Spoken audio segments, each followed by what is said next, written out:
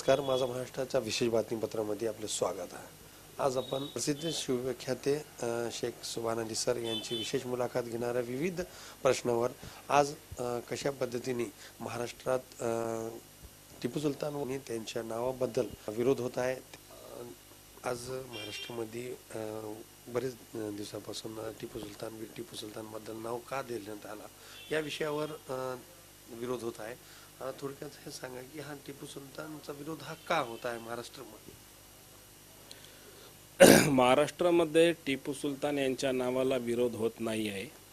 मुळात मुंबई येथील एका स्टेडियमला टिपू सुलतान यांचं नाव देण्यावरून महाराष्ट्राचे विरोधी पक्षनेते आदरणीय देवेंद्र फडणवीस साहेबांनी या नावाला विरोध दर्शविला आणि विरोध दर्शविताना त्यांनी ही भावना व्यक्त केली की टिपू सुलतान यांनी हिंदूवर अत्याचार केलेला आहे, म्हणून टिपू सुलतान हे आपले मानबिंदू होऊ शकत नाही।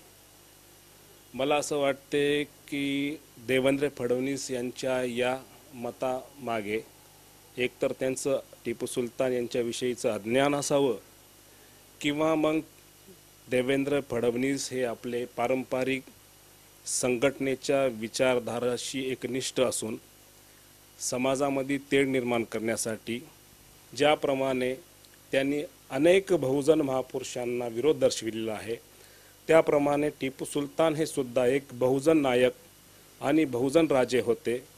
याबद्दल त्यांनी आपल्या मनातून हा द्वेष व्यक्त केला असावा, कारण देवेंद्र फडणवीस यांनी याच्या आधी सुद्धा राजर्षी शाहू महाराज जे सामाजिक समतेचे पुरस्कर्ते आहेत त्यांना एक सामान्य सामाजिक कार्यकर्ता म्हणून आपल्या ट्विटरवरून ट्विट करून त्यांचीही विटंबना केली होती। नंतर महाराष्ट्रातून त्यांचा विरोध झाल्यामुळं त्यांना हे ट्विट मागं घ्यावं लागलं आणि माफी मागावी लागली। आणि टिपू सुलतान यांच्या नावाला विरोध करण्यामागचं दुसरं एक कारण मला असं वाटते की महाराष्ट्र सरकारचा विरोध दर्शवण्यासाठी त्यांनी या घटनेचा एक उपयोग करून घेण्याचा प्रयत्न केला। कारण फडणवीस साहेबांनी खूप प्रयत्न करून सुद्धा ते पुन्हा येईन या त्यांच्या शब्दावर ठाम राहू शकले नाही, मुख्यमंत्री होऊ शकले नाही। आणि महाराष्ट्र सरकारनं ज्या पद्धतीनं महाराष्ट्रामध्ये सर्व जाती धर्माच्या लोकांना विश्वासात घेऊन जनकल्याणाचा कार्यक्रम राबवला, करोना काळामध्ये रुग्णांची सेवा केली, आरोग्य सुविधा पुरवल्या, त्यामुळं आणि बहुजन विचारांच्या प्रतीकाचा सन्मान केला महाविकास आघाडी सरकारनं की पहिल्यांदा महाविकास आघाडी सरकारनं भीमा कोरेगाव या स्मारकासाठी शासकीय कार्यक्रम आयोजन करून त्याचा विकासासाठी निधी उपलब्ध करून दिला। मला असं वाटते की देवेंद्र फडणवीस हे स्वतःला पेशव्याचे वंशज समजतात, त्यांचा संबंध पेशव्यांशी असल्यामुळं आणि महाराष्ट्र सरकारनं भीमा कोरेगाव या प्रतीकासाठी स्मारकासाठी निधी उपलब्ध करून देऊन शासकीय कार्यक्रम घेतला याची सळ त्यांच्या मनात होती, त्यामुळं हा विरोध दर्शवला असेल। मुळात टिपू सुलतान हे व्यक्तिमत्व नसून टिपू सुलतान हे लोककल्याणकारी राजे आहेत। त्यांचा विरोध करताना आम्हाला त्यांची प्रशासन व्यवस्था आणि त्यांच्या राज्यव्यवस्थेमधील सामाजिक समरसता याचं अध्ययन करावं लागेल। देवेंद्र फडणवीस हे पेशव्यांना आदर्श मानतात। जर आम्ही टिपू सुलतान यांची राज्यव्यवस्था आणि पेशव्यांची राज्यव्यवस्था यांची जर तुलना केली तर ही गोष्ट स्पष्ट होऊन जाईल की देवेंद्र फडणवीस यांनी टिपू सुलतान यांना का विरोध केला असेल।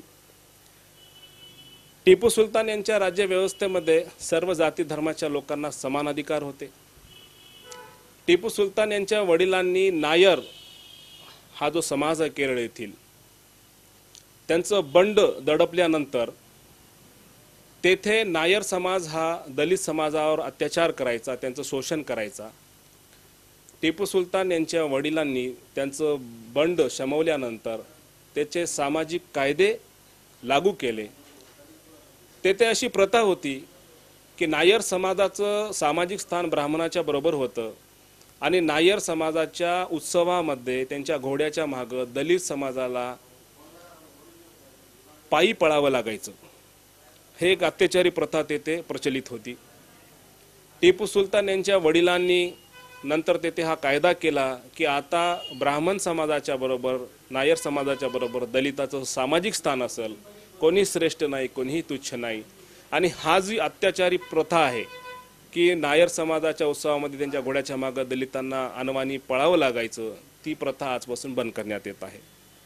याच्या आधी नायर समाजाला फक्त शस्त्र उचलण्याचा अधिकार होता, शस्त्र बाळगण्याचा अधिकार होता.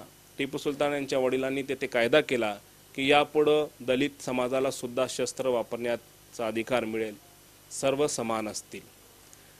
आता हे जे सामाजिक कायदे तेथे त्यांनी लागू केले, यावरून टिपू सुलतान, त्यांच्या वडिलांचं शासकीय धोरण, राजकीय व्यवस्था जेथे समता, बंधुता, न्याय हे स्थापन करण्यासाठी त्यांनी संघर्ष केला हे स्पष्ट होते. या उलट देवेंद्र फडणवीस ज्या राज्यव्यवस्थेला आदर्श मानतात त्या पेशव्यांच्या राज्यव्यवस्थेबद्दल बाबासाहेब आंबेडकर म्हणतात की छत्रपती शिवाजी महाराज हे चारित्र्यवान होते, त्यांनी फार संघर्षानं स्वराज्य स्थापन केलं आणि पेशव्यांनी त्यांच्या स्वराज्याचा सत्यानाश केला, हे बाबासाहेब आंबेडकर म्हणतात.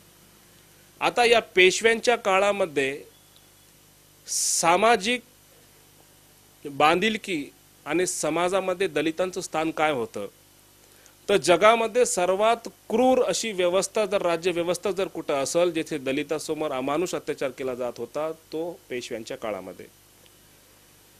पेशव्यांना मानवाधिकार नाकारण्यात आले होते. पेशव्यांच्या काळामध्ये दलितांना पायी चालताना त्यांच्या पायाची पाऊलखुणा या धर्तीवर दिसू नये म्हणून त्यांच्या कमरेला फडा बांधण्यात येत होता आणि त्यांची थुंकी या धर्तीवर पडू नये, जमिनीवर पडू नये, धरती अपवित्र होईल म्हणून त्यांच्या गळ्यामध्ये मडकं बांधण्यात आलं होतं. म्हणजे त्याने ती थुंकी त्यांची मडक्यात थुकावी आणि त्यांच्या पाऊलखुणा ह्या पोचल्या जाव्या त्या फड्यानं. ही समाजव्यवस्था पेशव्यांच्या काळामध्ये होते. आता ज्या पेशव्यांना देवेंद्र फडणवीस आदर्श मानतात त्या पेशव्यांच्या काळामध्ये दलितांना असा अमानुष छळ केला जायचा, त्यांच्या गळ्यामध्ये मडकं होतं, कमरेला फडा होता, त्यांना मानवी अधिकार नाकारण्यात आले होते. आणि टिपू सुलतानच्या काळामध्ये दलितांना ब्राह्मणाच्या समान स्थान देण्यात आले होते.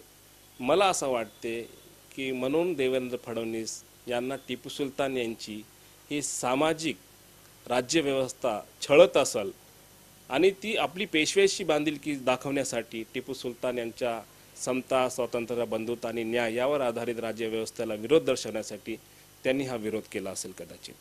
आता आपल्या दुचाकीला सजवा फॅन्सी स्पेअर पार्ट. नवनवीन डिझाईनचे fancy LED, fancy meter, handle weight light, indicator, footrest, handle weight meter, fancy lever, LED पट्टी, टू व्हीलर रिमोट किट उपलब्ध. नवनवीन आकर्षक डिझाईनचे फॅन्सी पार्ट मिळण्याचे एकमेव ठिकाण. एक वेळ अवश्य भेट द्या. Top automobile, Hingoli gate, Nanded.